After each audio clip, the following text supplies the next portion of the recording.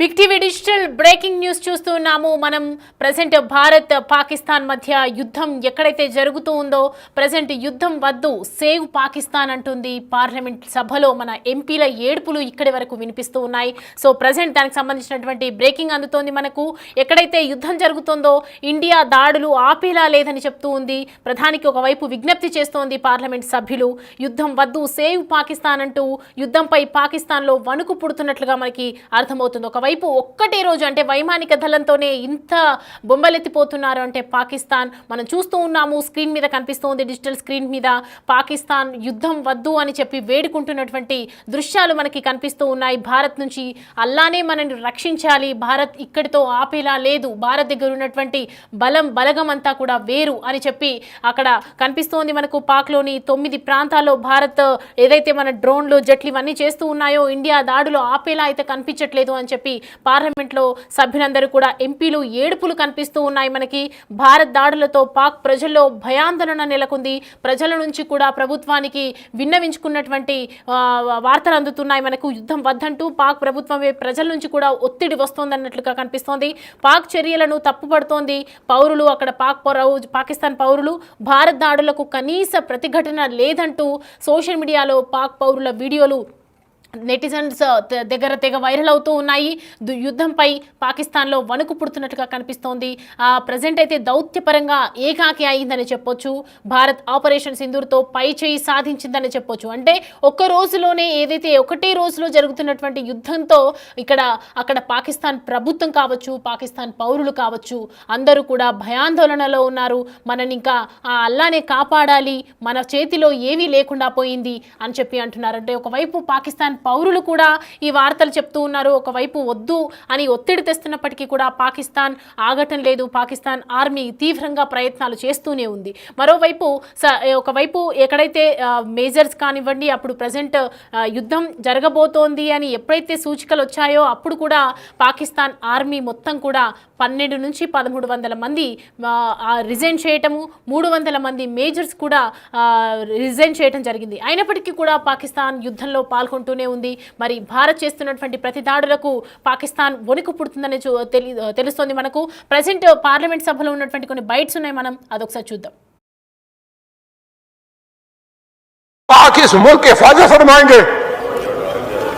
दुनिया में जहां भी देखें शायद हमारी कमी है, हम मजबूर हैं, हम गुनाहगार हैं, लेकिन रब काबा हम तेरे हबीब की उम्मती है, खुदा का वास्ता हमसे रहम का मौला फरमा।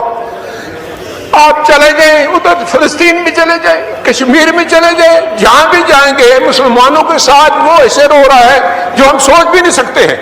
तो तू हमें माफ कर दे, हम तेरे आगे सर झुकाते हैं, माफी मांगते हैं। नहीं, इसमें दो राय नहीं है मौला कि हम बड़े गुनाहगार हैं, लेकिन तेरी रहमत बहुत वसी है। तू रहमत का एक जर्रा भी भेजेगा हमारी तरफ तो इंशाल्लाह हमारी कामयाबी होगी। और दुआ करते हैं रब काबा कि इस मुल्क की हिफाजत फरा और हमें दुश्मनों पर जो है वो फकीर अता फरमा और हमें उनको सरनगू करने की ताकत अता फरमा। मैं दुआ गो हूँ आर्म फोर्सेस के लिए, पाकिस्तानियों के लिए कि अल्लाह पाक हम सब की हिफाजत फरमाए और अल्लाह पाक इस मुल्क की हिफाजत फरमाएंगे। दुनिया में जहां भी देखें शायद हमारी कमी है, हम मजबूर हैं, हम गुनाहगार हैं, लेकिन रब काबा हम तेरे हबीब की उम्मती है, खुदा का वास्ता हमसे रहम का मौला फरमा। आप चले जाएं उधर फिलिस्तीन में चले जाएं, कश्मीर में चले जाएं, जहां भी जाएंगे मुसलमानों के साथ वो ऐसे रो रहा है जो हम सोच भी नहीं सकते हैं। तो तू हमें माफ कर दे, हम तेरे आगे सर झुकाते हैं, माफी मांगते हैं। नहीं, इसमें दो राय नहीं है मौला कि हम बड़े गुनाहगार हैं, लेकिन तेरी रहमत बहुत वसी है। तू रहमत का एक जर्रा भी भेजेगा हमारी तरफ तो इंशाल्लाह हमारी कामयाबी होगी। और दुआ करते हैं रब काबा कि इस मुल्क की हिफाजत फरा और हमें दुश्मनों पर जो है वो फकीर अता फरमा और हमें उनको सरनगू करने की ताकत अता फरमा। मैं दुआ गो हूँ आर्म फोर्सेस के लिए, पाकिस्तानियों के लिए कि अल्लाह पाक हम सब की हिफाजत फरमाए और अल्लाह पाक इस मुल्क इस वक्त जो मौजूदा आज की पोजीशन है मैं उस पर ज़रूर बात करूंगी कि आज इस वक्त 8 शहरों में उन्होंने अपने ड्रोन जो है उनको भेजा है और हमारे जो है उसमें कुछ मिसाइल भी हैं। लाहौर में बरकी रोड पे और ये है कि जहाँ पे हमारी कुछ ऐसी तंसीबात हैं जहाँ पे है उन्होंने उसको निशाना किया और ये टारगेट करके उन्होंने 2 दिन पहले मस्जिदों में भी किया और हमारे मासूम शहरियों को जो शहादत मिली है। लेकिन हिंदुस्तान एक प्लान के साथ कर रहा है। मैं समझती हूँ कि हमें भी अपने लोगों को वो जो पैनिक इतना कर रहे हैं उसके लिए हमें कोई ऐसा डिसीजन लेना चाहिए कि हमारे लोग, क्योंकि एक मैसेज होता है कि लाहौर में जैसे बरकी में 2 गिरे हैं, इसी तरह कराची में, मलीर एरिया है, डिफरेंट जो जगहों पे सरगोदा है, सियालकोट है, बहुत सारी जगहों को उन्होंने टारगेट किया है। इस वक्त जो मौजूदा आज की पोजीशन है मैं उस पर ज़रूर बात करूंगी कि आज इस वक्त 8 शहरों में उन्होंने अपने ड्रोन जो है उनको भेजा है और हमारे जो है उसमें कुछ मिसाइल भी हैं लाहौर में बरकी रोड पे।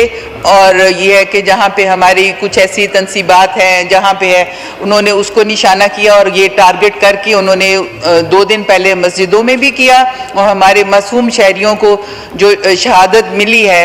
लेकिन हिंदुस्तान एक प्लान के साथ कर रहा है। मैं समझती हूँ कि हमें भी अपने लोगों को वो जो पैनिक इतना कर रहे हैं उसके लिए हमें कोई ऐसा डिसीजन लेना चाहिए कि हमारे लोग, क्योंकि एक मैसेज होता है कि लाहौर में जैसे बरकी में 2 गिरे हैं, इसी तरह कराची में, मलीर एरिया है, डिफरेंट जो जगहों पे सरगोदा है, सियालकोट है, बहुत सारी जगहों को उन्होंने टारगेट किया है।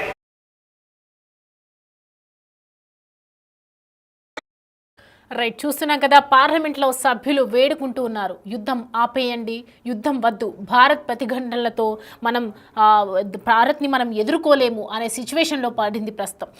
పాకిస్తాన్లో ఉన్నటువంటి పౌరులు నుంచి కూడా ఒత్తిడి మొదలైంది. అటు పార్లమెంట్ సభ్యులు కూడా మనని అల్లాని రక్షించాలి అంటూ వేడుకుంటున్నట్లుగా మనకి తెలుస్తోంది. భారత్ నుంచి అల్లాని రక్షించాలి అని కన్నీరు మున్నీరైపోతూ ఉన్నారు పార్లమెంట్లో ఉన్నటువంటి సభ్యులు. మరి ఇండియా దాడులు ఆపేలా చూడాలని ప్రధానికి ఒకవైపు విజ్ఞప్తి చేస్తున్నటువంటి నేపథ్యంలో అసలు ఏం జరుగుతుందంటే, ఒకవైపు పాకిస్తాన్ పౌరులు చెప్తూ ఉన్నారు, ప్రభుత్వం చెప్తున్నా కూడా ఆర్మీ వక్రబుద్ధి అయితే మానటం లేదు, భారత్తో దాడికి పాల్పడుతూనే ఉంది. ఒకవైపు విఫలం అవుతున్నా కూడా, డిఫెన్స్ సహాయంతో విఫలం అవుతున్నా కూడా, వారి దాడులకు విఫలం అవుతున్నప్పటికీ కూడా మరి పాకిస్తాన్ ఎందుకు ఇలా ఉంటుందో అనేది తన వక్రబుద్ధి అయితే మార్చుకోవటం లేదు. కశ్మీర్లో అశాంతి సృష్టించేందుకు పహల్గామ్లో పాక్ ఉగ్రవాదులు సృష్టించిన మారణ హోమాన్ని ప్రపంచం మొత్తం చూసింది. కానీ ఇప్పుడు పాక్ కౌంటర్గా భారత్ చేపట్టినటువంటి ఆపరేషన్ సింధూర్ని కూడా గ్లోబ్ మొత్తం గమనిస్తూ ఉంది. 9 ఉగ్రవాద స్థావరాలపై కూడా భారత దళాలు దాడి చేశాక పాక్ వీక్ అయిందని చెప్పొచ్చు. ఎందుకంటే ఇవాళ డ్రోన్లు సహాయంతో చేసినటువంటి దాడులు కూడా మనం చూసాము. ఉక్కిరి బుక్కిరి అయిపోతున్నటువంటి సిచ్యువేషన్. పైగా ప్రపంచ దేశాల మద్దతు కూడా మనకే ఉంది. ఉగ్రవాదం విషయంలో దేశంలో ప్రభుత్వం కూడా దృఢంగా ఉందని చెప్పుకోవచ్చు. అయితే వీటన్నింటికి మించి భారత ప్రజల సపోర్ట్ మనకి బలంగా ఉంది. సరిహద్దులో భారత దళాలు మాత్రమే కాదు, ఇండియా మొత్తం ఉగ్రవాదానికి వ్యతిరేకంగా నిలబడింది. ఉగ్రవాదుల్ని ఏరిపారేయాలి, ఉగ్రవాదాన్ని గోతి తీసి పాతేయాలనే మూడ్లో ప్రజెంట్ అయితే భారతదేశం ఉందనే చెప్పొచ్చు. ఉగ్రవాదాన్ని అంతం చేసేందుకు ఇంతకంటే మంచి టైం లేదనే మనము గుర్తించాలి. అయితే కొడితే ఇప్పుడే బలంగా కొట్టేయాలని చూస్తోంది భారత్. ఒకవైపు అక్కడ కొన్ని పాకిస్తాన్లో మనం చేస్తున్నటువంటి దాడులకి పాకిస్తాన్లో వణికిపోతున్నారు ప్రజలు కూడా. కొంతమంది మాట్లాడినటువంటి బైట్స్ ఉన్నాయి మన దగ్గర, ఒకసారి చూద్దాం. अच्छा जी, अभी सिचुएशन हो गई है, कोई थोड़ा सा पैनिक मच गया and I am still at the Neelum Jhelum power plant and यहाँ से लोगों को जो है ना निकाला जा रहा है और बंकर में डाल रहे हैं. We are going inside a bunker which has been specially created by वापडा. पाकिस्तानी कौम का बहुत बड़ा मसला है. हम इमोशंस में आके ग्राउंड रियलिटीज को भूल जाते हैं. क्यों इस टाइम पाकिस्तान के एयर डिफेंस सिस्टम की क्रेडिबिलिटी पे बात नहीं हो रही. इंडिया बार बार मिसाइल फेंकता है और पाकिस्तान का एयर डिफेंस सिस्टम उसको ट्रैप नहीं कर पाता. ये मॉडर्न एरा है, इसमें आपको एयर डिफेंस सिस्टम पे इन्वेस्ट करना पड़ता है. इंडिया S-400 पे इन्वेस्ट करता है, इसराइल इन्वेस्ट करता है, हर कंट्री इन्वेस्ट करती है एयर डिफेंस सिस्टम पे. ये सियासत पे आके तो ब्रीफिंग दे सकते हैं, 1.5 घंटे की ब्रीफिंग देती है सियासत पे. तो अब ये सवाल इनसे किया जाना चाहिए, ये जायज सवाल है. पाकिस्तान के एयर डिफेंस सिस्टम की क्रेडिबिलिटी क्या है, अब इनसे सवाल पूछा जाना चाहिए. पाकिस्तानी कौम का बहुत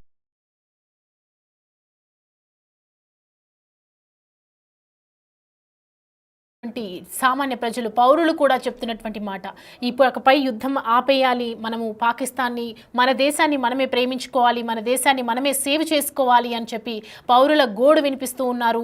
పౌరులు చెప్తున్నటువంటి మాట మాత్రం ప్రజెంట్ అయితే ఆర్మీ ఉగ్రవాదులు వినే పొజిషన్లో అయితే లేనట్టుగా కనిపిస్తుంది. ఒకవైపు పార్లమెంట్ సభ్యులు వేడుకుంటున్నారు, మరోవైపు పాకిస్తాన్లో ఉన్నటువంటి పౌరులు కూడా వేడుకుంటూ ఉన్నారు. సో ప్రజెంట్ భారత్ చేస్తున్నటువంటి ఆపరేషన్ సింధూర్లో మరి పాకిస్తాన్ ఎలాంటి చర్యలు తీసుకోబోతోంది, ఒకవైపు పాకిస్తాన్లో వణుకు పుడుతున్నటువంటి సిచ్యువేషన్, ఎలాగో ఆపరేషన్ సింధూర్తో ఉగ్రస్థావరాలపై స్ట్రైక్స్ కూడా జరిగాయి, అలాగే పాక్లోని డిఫెన్స్ సిస్టమ్ పైన మన ఆర్మీ దాడులు కూడా చేసింది, సరిహద్దుల్లో ఉద్రిక్తతలు ఎలాగో ఉన్నాయి కాబట్టి ఉగ్రవాదాన్ని నాశనం చేసేందుకే ఇదే మంచి సమయం అనే విశ్లేషణలు కూడా మనకి వినిపిస్తున్నటువంటి నేపథ్యంలో భారత్ చేస్తున్నటువంటి దాడులు, ప్రతి దాడులకు పాకిస్తాన్ ఉక్కిరి బిక్కిరి అయిపోతుందని చెప్పొచ్చు.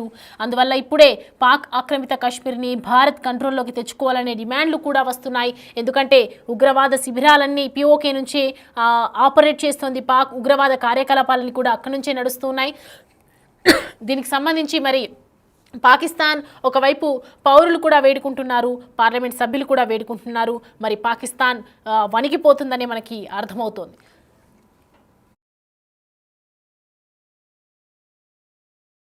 पाक इस मुल्क की हिफाजत फरमाएंगे।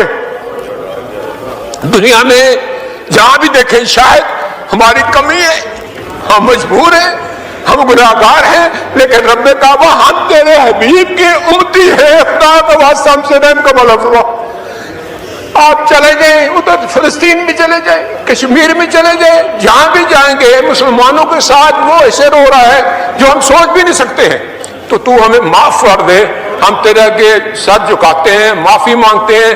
नहीं, इसमें दो राय नहीं है मौला कि हम बड़े गुनाहगार हैं, लेकिन तेरी रहमत बहुत वसी है, तू रहमत का एक जर्रा भी भेजेगा हमारी तरफ तो इंशाल्लाह हमारी कामयाबी होगी। और दुआ करते हैं रब्बे काबा कि इस मुल्क की हिफाजत फरा और हमें दुश्मनों पर जो है वो फकीर अता फरमा और हमें उनको सरनगू करने की ताकत अता फरमा। मैं दुआ गो हूँ आर्म फोर्सेस के लिए, पाकिस्तानियों के लिए कि अल्लाह पाक हम सब की हिफाजत फरमाए।